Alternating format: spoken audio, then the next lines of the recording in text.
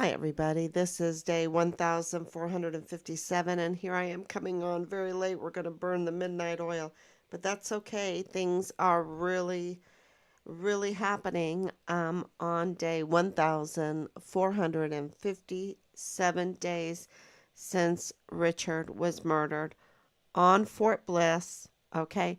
And he was premeditatedly murdered.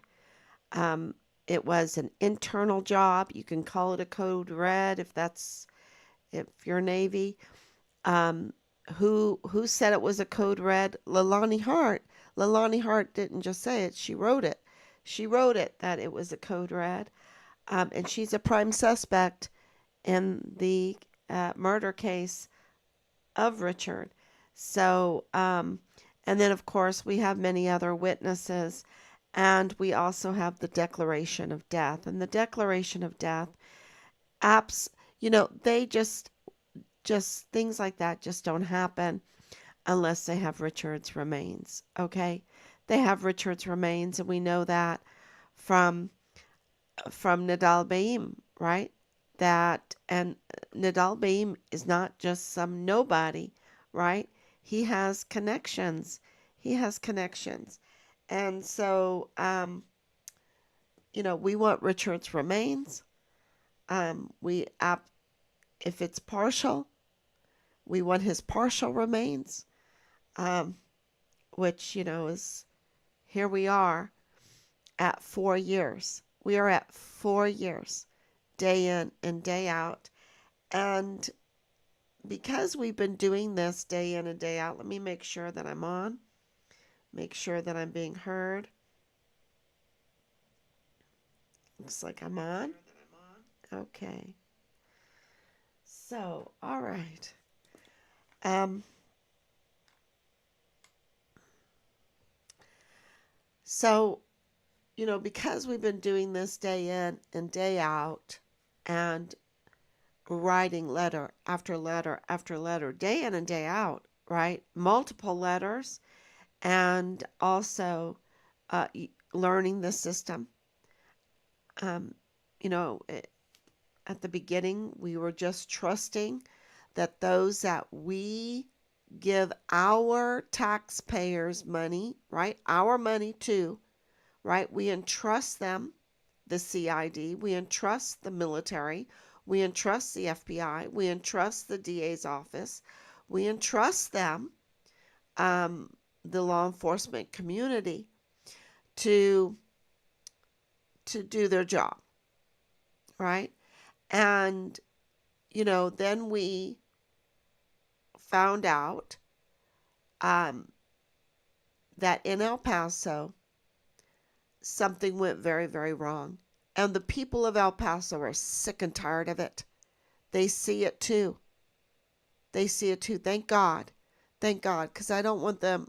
Some of them have gone through what we have gone through, and that's why they're sick of it, right? Or they know people that have gone through this, and that's why they're sick of it. And we're very grateful that they have supported us, and they've reached out to us, and they've provided us information. Um, it, it's really, um, I can't tell you how grateful we are for all of that. And so to see this happen again, right? To see the breach of security happen again, right? To see the lack of the FBI, the lack of the IG, um, and those that we pay our taxes to respond to what happened to Trump a week ago. Okay, they've had a week, and you have all kinds of alternative media already on this, sharing their forensics. The forensics of the sounds of the shots, the recoil of the weapons can be distinguished in the way those shots are, and can be heard and everything. It's really amazing what they're doing on this alternative media that, our taxpayers' money is not paying for. Why isn't our law enforcement getting on this? We had the attempted murder, assassination of a presidential candidate that is a former president. And there's breaches of security.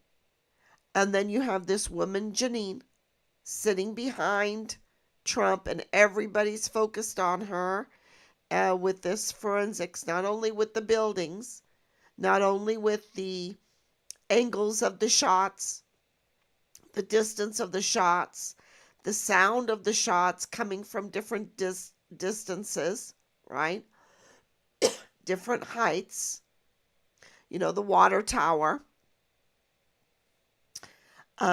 Absolutely, Crook wasn't a lone shooter. Absolutely, Patrick Crusius wasn't a lone shooter. Absolutely, Richard was murdered, forcibly removed from his barracks, and murdered Code Red internally. Where, this is why people are sick of it. And there is only one explanation. And it comes to an article that I finished reading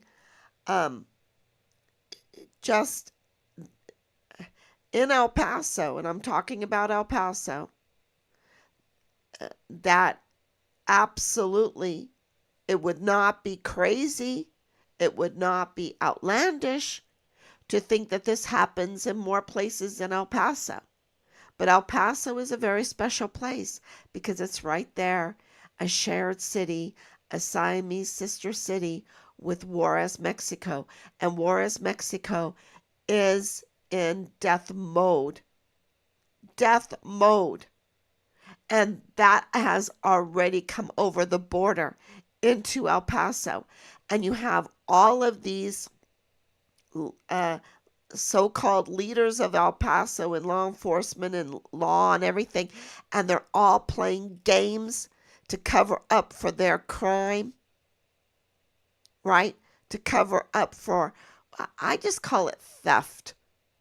Call it theft of our liberties, theft of our criminal judicial system, theft of our monies, theft of the voters' will of the people of El Paso, the just theft. These are thieves. And, to see them tit for tat and all of that because they are protecting their hide while we have a real problem at hand in El Paso.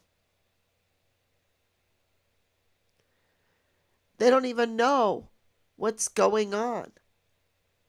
That they think that they can play with the law, manipulate the law, obstruct the law, obstruct justice. And that won't have any consequences to their community, to their criminality. Let me tell you, I just, it's called lack of foresight, I don't know, they're just living in this cloud. And they can't see what's coming. They cannot see what the breach in security, continuous breach in security. And, of course, Walmart mass shooting was more than a breach of security. The Walmart mass shooting was orchestrated. And now you hear that this whole assassination on Trump is being questioned openly. Was it orchestrated? Was it orchestrated by members of our government in their positions using taxpayers' money to orchestrate and carry out a crime like this? When you have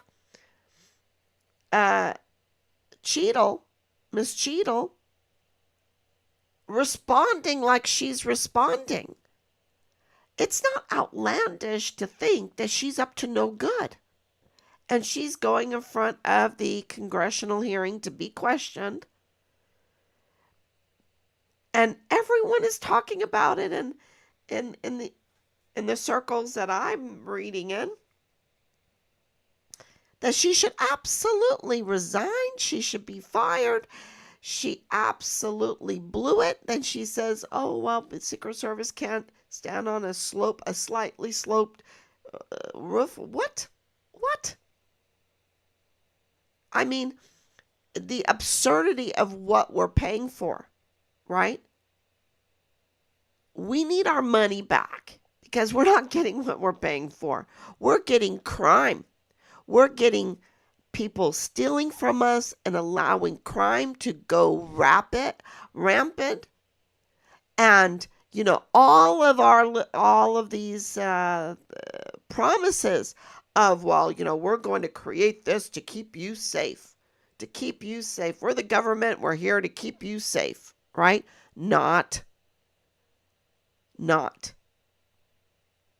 And we know that Richard's case was connected to the Walmart case. And there are indications it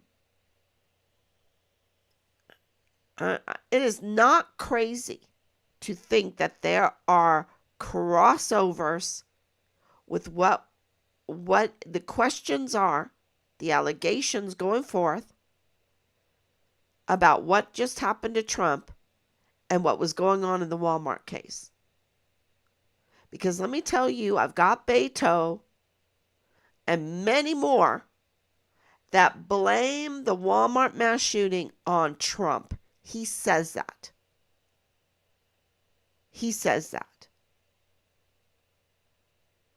They have weaponized their positions against presidential candidates. And they really have weaponized it against anyone that gets in their way, and that includes Trump. And now we know that Richard's case is connected absolutely 100% to the orchestrated Walmart mass shooting that has not gone anywhere. 5 years is coming up. Millions of dollars allocated. And we have done an open record for the monies to Amy Snoddy to give us those accountings, and they have not given it to us because it's millions of dollars. We want to know how much they've spent on Richard's case, how much they spent on the Walmart mass shooting case. And let me tell you, millions of dollars, and there has not been one scheduling in the Walmart mass shooting. Not one. And I'm only talking about the state case because the federal case pleaded out.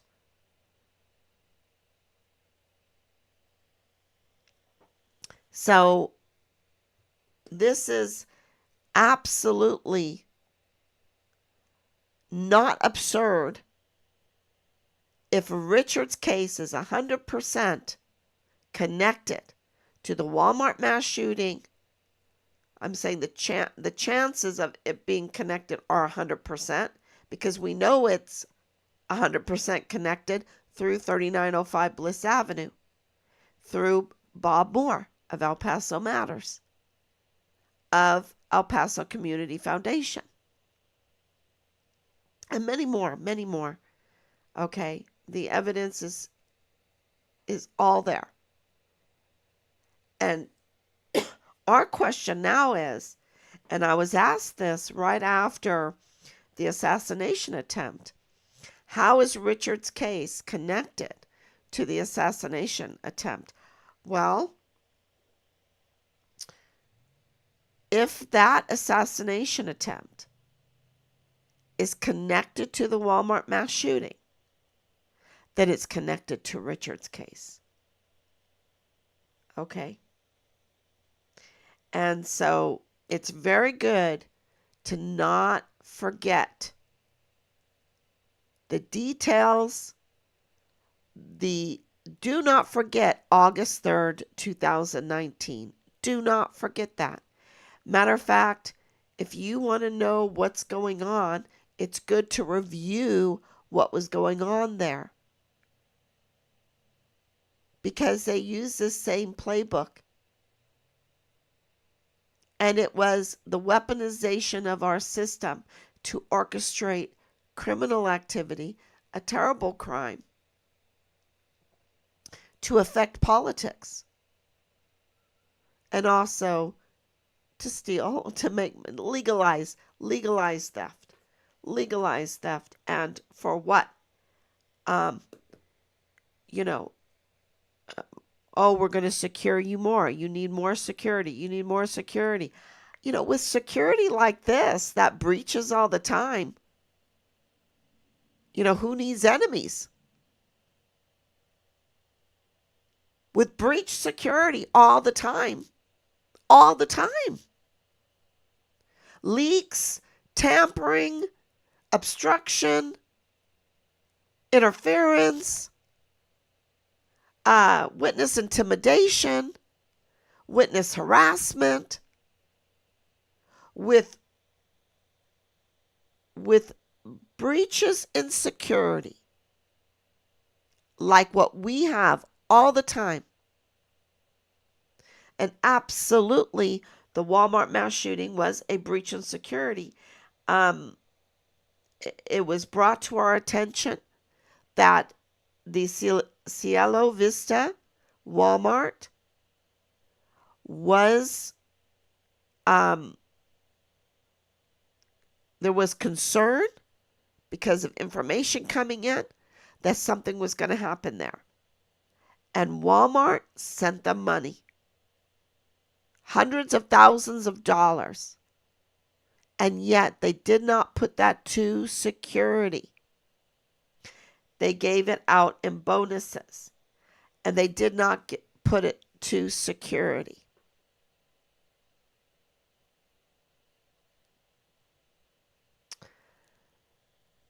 That's kind of breaking news. I've mentioned it a couple times.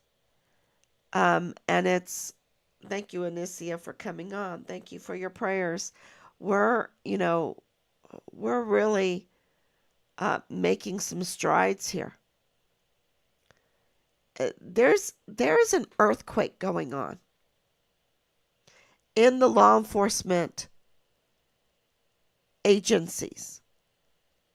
There's an earthquake, and we're getting a lot of indication of that shaking. And I think it's, it's not, who started the earthquake? Who started the earthquake? It's when you know you're guilty, you start shaking. When you know you're scared and you're hiding information and you've been up to no good, you start shaking. And that has caused a huge earthquake. And it's so heartbreaking because this has been going on for a long time. The theft has been going on for a long time. And the theft isn't as terrible as all the deception, because they're deceiving us and telling us, oh, we're here to keep you safe, while they are behind our backs or undercover, weaponizing our system against our own votes, against our own will, against our own communities, um, and they're robbing us. The deception is, I think, what we're starting to. Sorry, y'all. I still have a scratchy voice. The deception is, I think, what has been so exposed. And absolutely, in Richard's case, to us, to those who knew Richard, that was easy, because they were saying the most absurd things. They were too absurd, not even possible. And so we knew, and also knowing the military, knowing the area, and having connections and hearing things, we absolutely knew that there was a cover-up going on. So, but you didn't know who to trust, who was there to help. Unfortunately, most, that were like in law enforcement or whatever, they were either deceived by, the likes of Tavita Nusa, like by the likes of Jesus Nieto Jr., or by Marlon Soto. They were deceived by Lieutenant Colonel Michael Roddick, Major General Clem Coward, David Park, First Sergeant Jay Paulin, First Sergeant Ruggiero. I mean, these are all deceivers. And they are like professional liars. These others, they like are these influencers. Oh, I'm influencer. They're political influencers. And you know what I call them? Like political liars.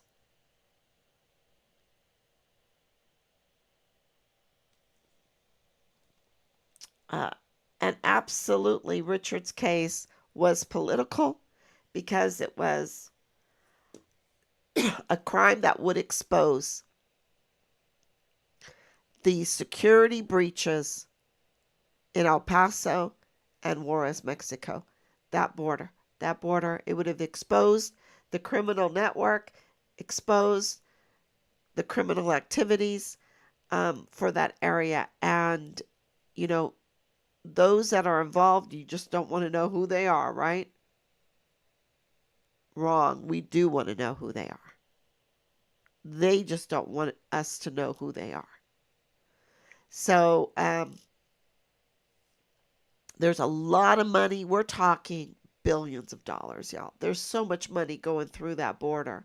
And I don't have to tell you, you know that. And so, if someone is threatening to shut down your border, that's like turning off your gravy train. And so, sorry, I had a yawn. I'm burning midnight oil right now, right? I'm burning midnight oil. So, absolutely, whoever is doing things like, I hate Trump, it's like, wait a minute, we haven't even had the election yet.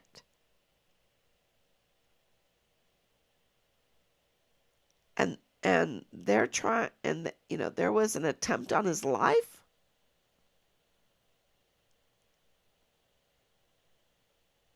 because of a breach in security? That's just inexcusable. Inexcusable. And it's inexcusable that Richard, as a whistleblower to FBI Houston, to the IG, to Washington, D.C., to CPS, to CID, was under whistleblower protection, 24-hour security detail, and his security detail failed to show up on the day that he was forcibly removed from the barracks and murdered.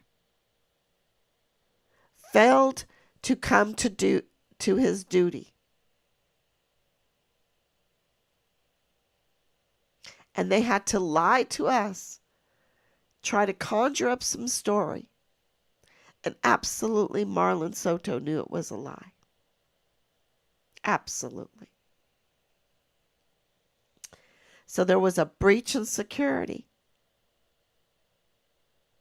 that murdered Richard, that led to the murder of Richard. Breach in security that led to almost the murder, the assassination of President Trump, whether you like him or not. There's something called right and wrong. And because of a breach in security, it led to many victims in the Walmart mass shooting.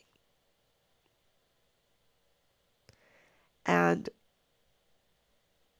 the good news is because they're all connected, they're not as a big as group as you might think. And they're not as strong as a group as you might think. We're much stronger. We're much bigger. We're much bigger and we're much stronger. And so, to stand up to bullies, it's kind of like that book. Do you know that, as a teacher, we all have these favorite little books, but a popular book of late has been about the little fish that was getting bullied and they figured out, these little fish, if they would just stick together and when they stuck together, they looked like one humongous fish, that the bully fish, they could overcome the bully fish, right? The dangerous fish, the criminal fish, the big, So it's a really nice little story, but if we just stick together as people in the United States, as in hand to hand with the people of Mexico. You see, because there's people in Mexico right now being told it is out of control. What's happening in Mexico right now and in Juarez is horrendous, y'all. People are being brutally, brutally murdered. And that's coming over. And, it's, we have got to, as,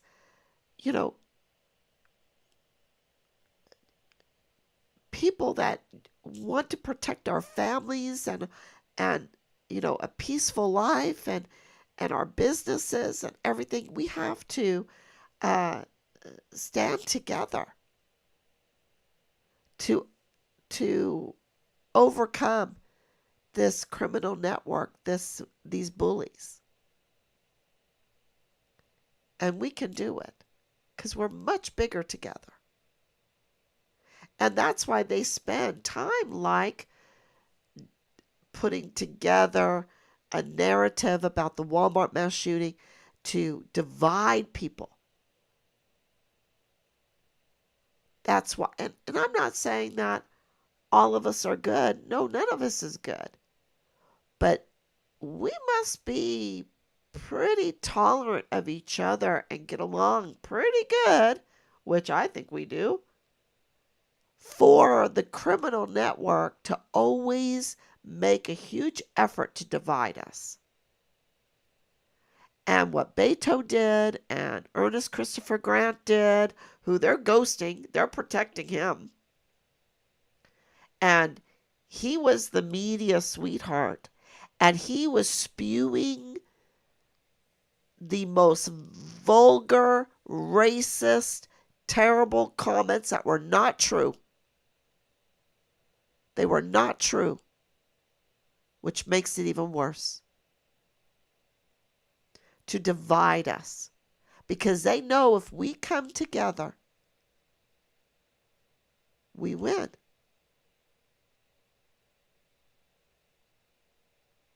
That we absolutely win. If we come together, of course, under God, turning the other cheek. You know, turning the other cheek is that, let me tell you, that means a lot to me now.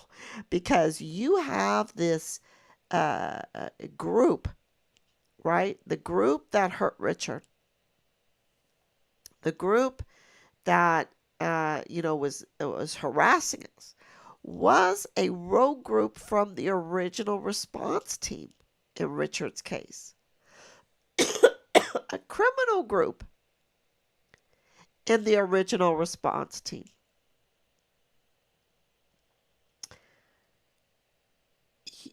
You know, that's just, I mean, you got some that are still active duty. You have Richard's first sergeants in there. You got, the platoon leader in there. The prime suspect, Dallas Hart, in the murder of Richard. You've got Jules Tuganon Chan with his positions. You've got Bob Moore in that group. Harassing a Gold Star family. I mean, really, that's, Bob Moore, this is your headline.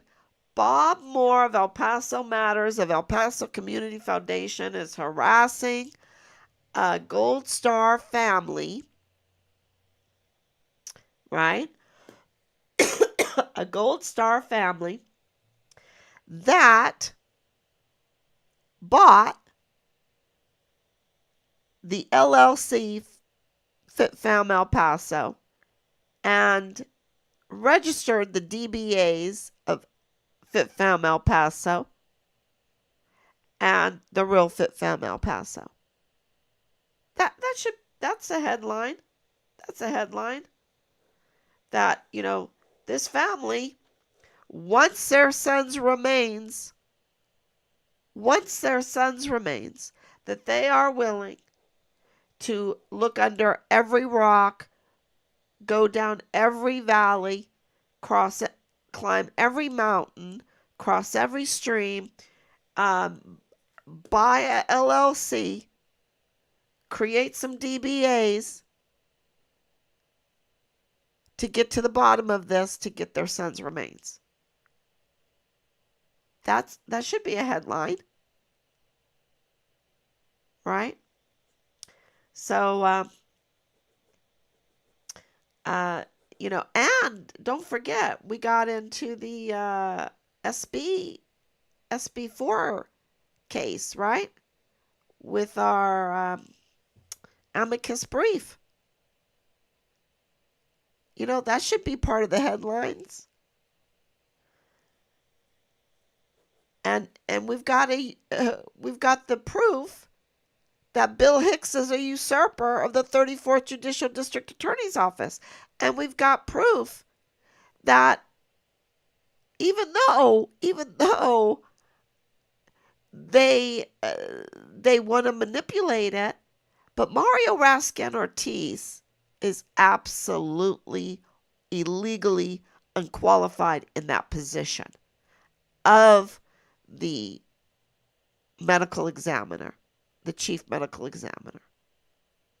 And this is all hindering the criminal judicial system in El Paso. And there's more. And it's all coming out. And it's connecting Walmart even more so to Richard's case. And now we have this investigation going on into the assassination attempt that connects that whole attempt into the Walmart case, which is connected to Richard's case.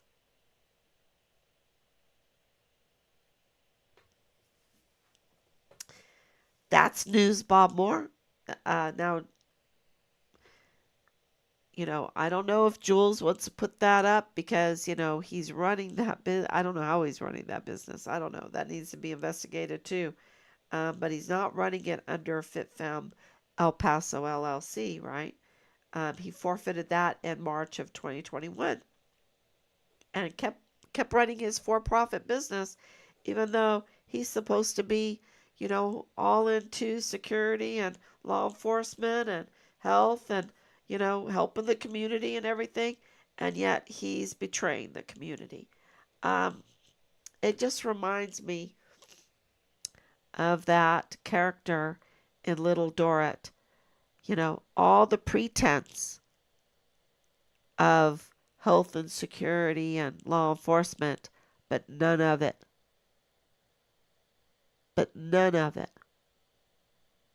So, in actuality, they're quite the opposite. So all of this needs, and we want everyone to know that we've been working very hard. There are active and ongoing investigations at a state level and at a federal level, and that's why I think you're going to see some things happening. We're just getting a lot of indications for that because we're getting a lot of information. So, okay, everyone, thank you so much for coming on, and I will be back tomorrow, God willing.